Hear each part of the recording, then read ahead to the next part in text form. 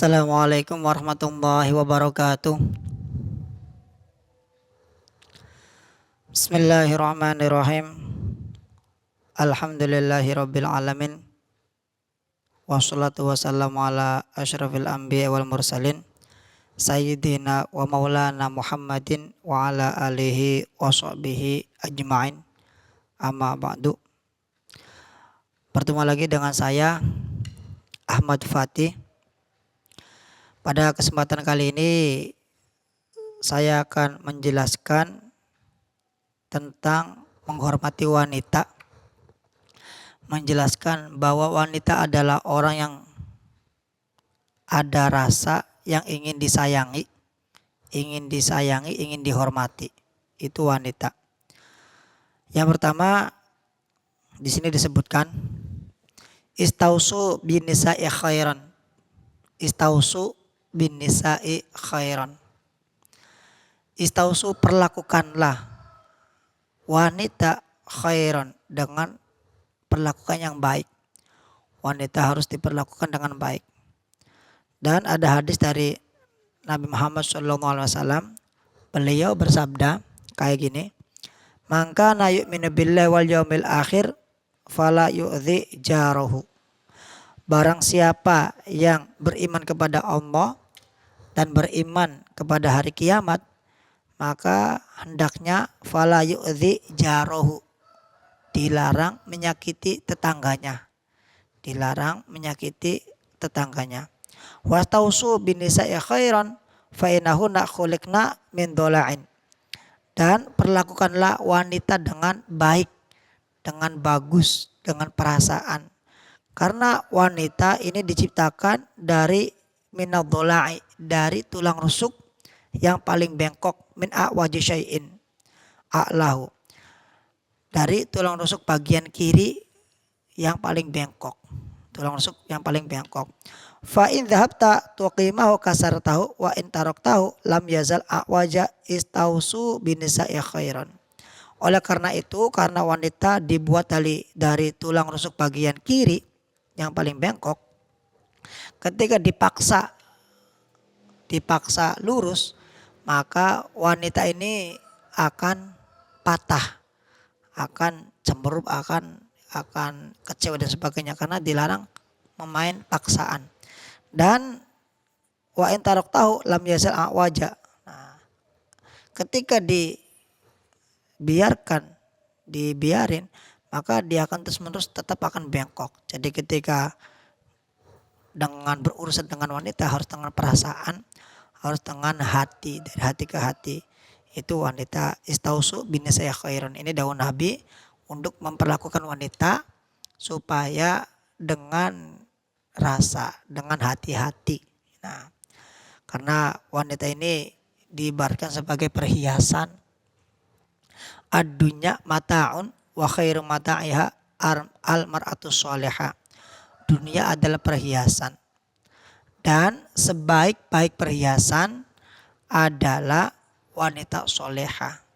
Wanita soleha, mar'atus sholihah. Jadi yang paling berharga adalah wanita yang baik, baik akhlaknya, baik segala-galanya. Itu karena wanita baik ini penting untuk generasi anak-anaknya. Bahkan ada syair, fa kaifa nadhunnu bil abna'i khairan idza nasha'u bi khidil jahilati. Nah, fa kaifa nadhunnu bil abna'i khairan.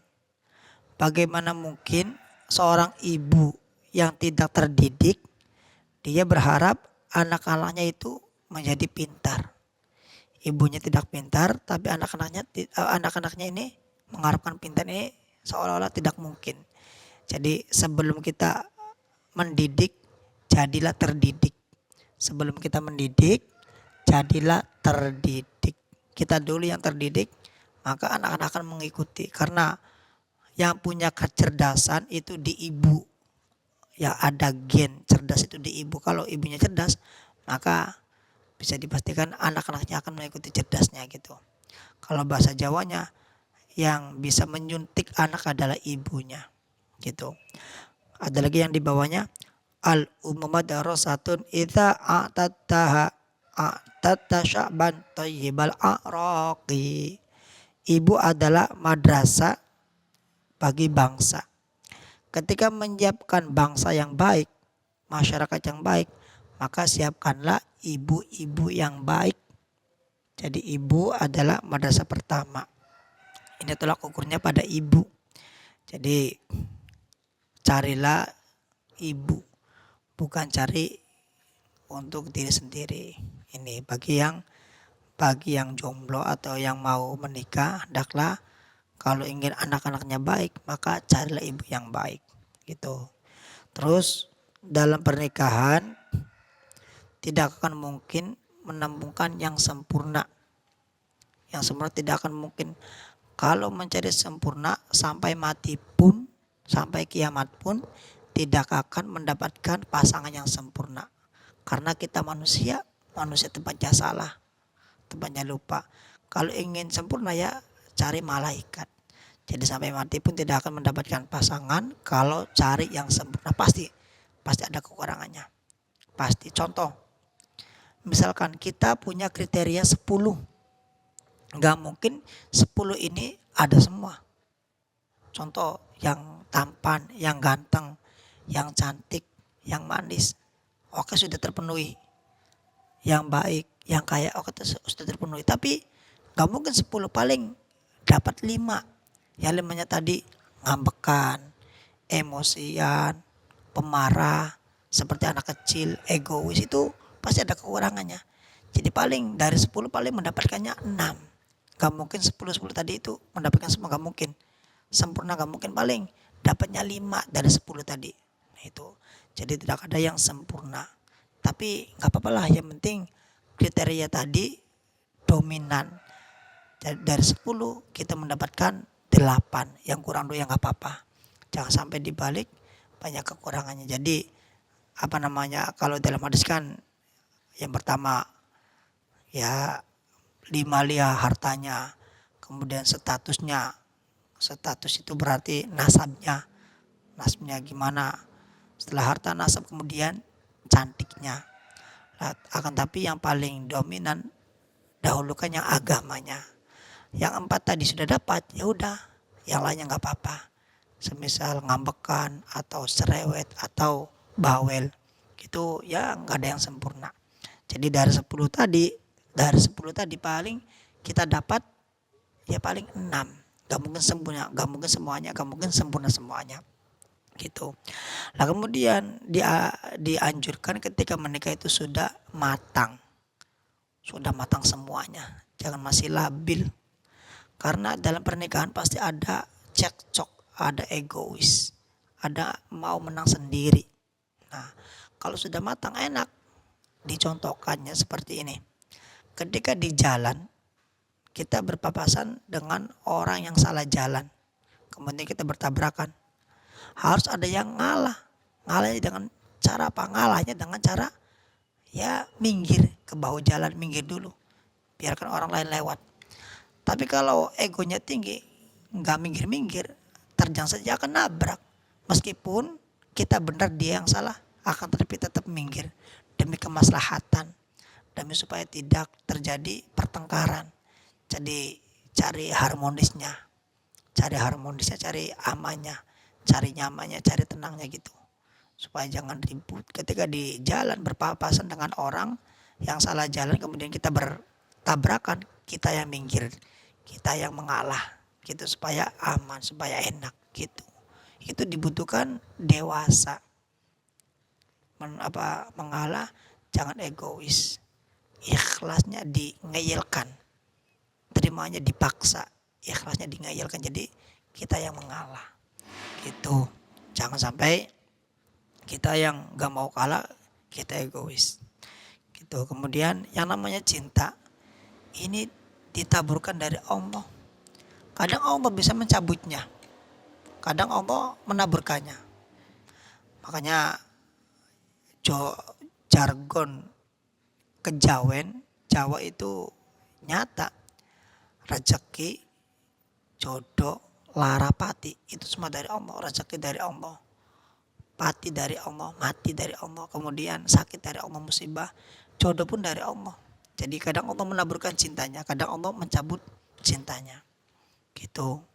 Jadi yang cantik-cantik atau yang ganteng-ganteng jangan terlalu pede, bisa jadi Allah mencabut cintanya. Atau yang jelek jangan putus asa, barangkali Allah menaburkan cintanya. Gitu. Karena ada kisah pasangan yang ketika laku dia bersyukur, padahal istrinya jelek.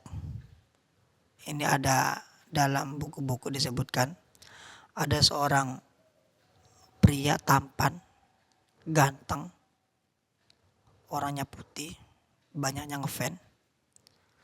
Ini ketika mendapatkan istrinya jelek. Istrinya jelek, nggak terlalu cantik, ya jelek lah gitu. Nah, kemudian pasangan tadi menghadiri undangan pernikahannya teman. Ketika menghadiri undangan pernikahannya teman, banyak yang menghujat, banyak yang menghina. Wah, itu nggak seimbang. Prianya ganteng, prianya keren, banyak yang ngefans, putih, kok istrinya jelek kayak gini. Kok mau ya, kan banyak wanita lain. Nah, akhirnya penghinaan tadi dengar sampai ke suami. Kemudian suami tadi menjawab, kasih saya waktu, saya mau menjawab kayak gini. Kenapa saya pilih istri yang ini? Saya sadar ya nggak terlalu cantik. Saya yang milih, saya yang tanggung jawab, saya yang bertanggung jawab. Semuanya saya. Nah, kenapa saya pilih yang kayak gini? Karena diilustrasikan, saya itu lebih pilih batu bara daripada emas. Batu bara atau arang buat sate itu. Nah, bara itu ketika ditaruh di luar itu diumbar, dibiarin. Entah ada yang ngambil, entah ada yang tidak, atau ada yang mencuri, ada yang menyimpan, itu terserah, saya tenang. Bara sih bara api. Tapi kalau emas, kalau ditaruh di luar pas saya was-was, barangkali hilang, barangkali apa-apa dan sebagainya. Nah, tapi kalau bara kan tenang, nggak ada yang ngambil, nggak ada yang ngambil. Nah itu. Kemudian saya pilih bara karena dia menenangkan. Arang tuh, arang sate itu menenangkan, kadang menghangatkan, ada manfaatnya. Tapi kalau emas, kalau semisal istri saya cantik, khawatir ada yang godain. Kalau di pasar khawatir di suit-suit. Bahkan saya khawatir kalau istri saya cantik nanti chattingan dengan mantan-mantannya, kan saya sakit hati.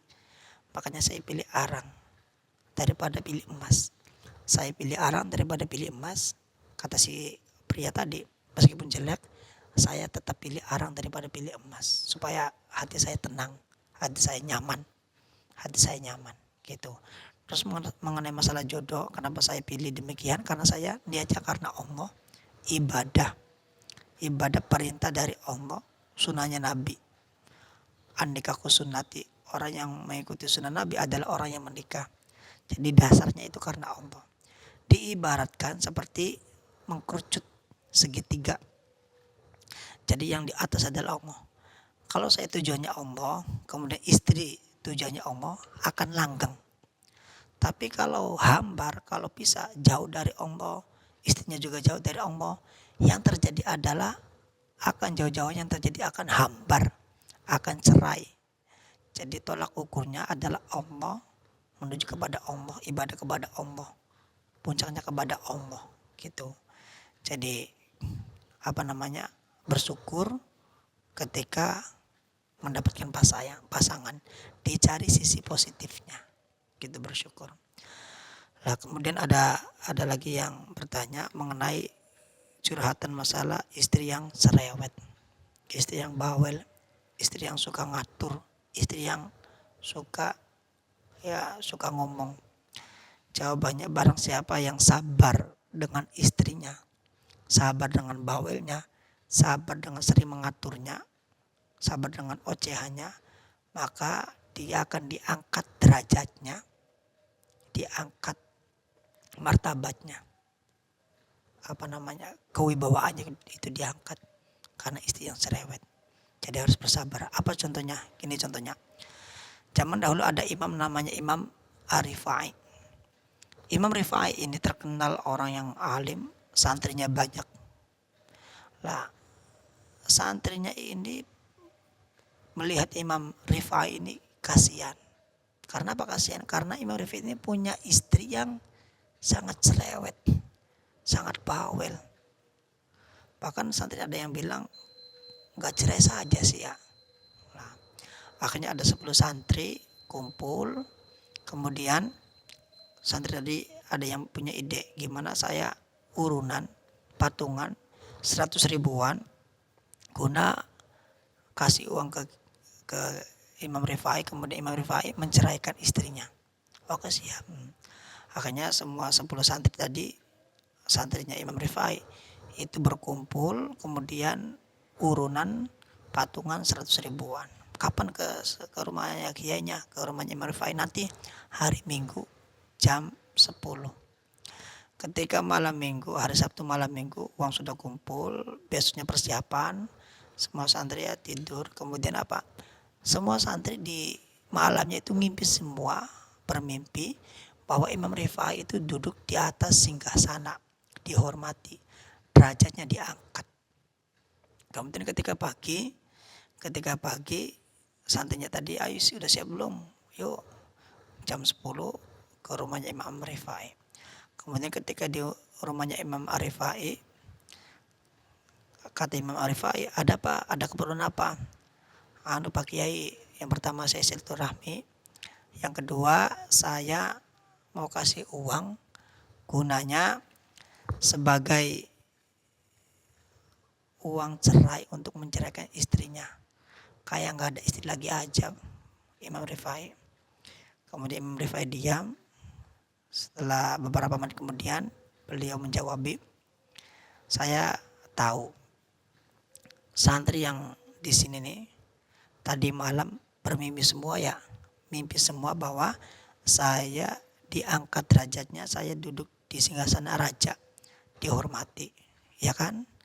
Kemudian kata santrinya, iya Pak Kiai saya mimpi, ya kayak gitu iya. Nah, tahu nggak kenapa? Nggak tahu Kiai.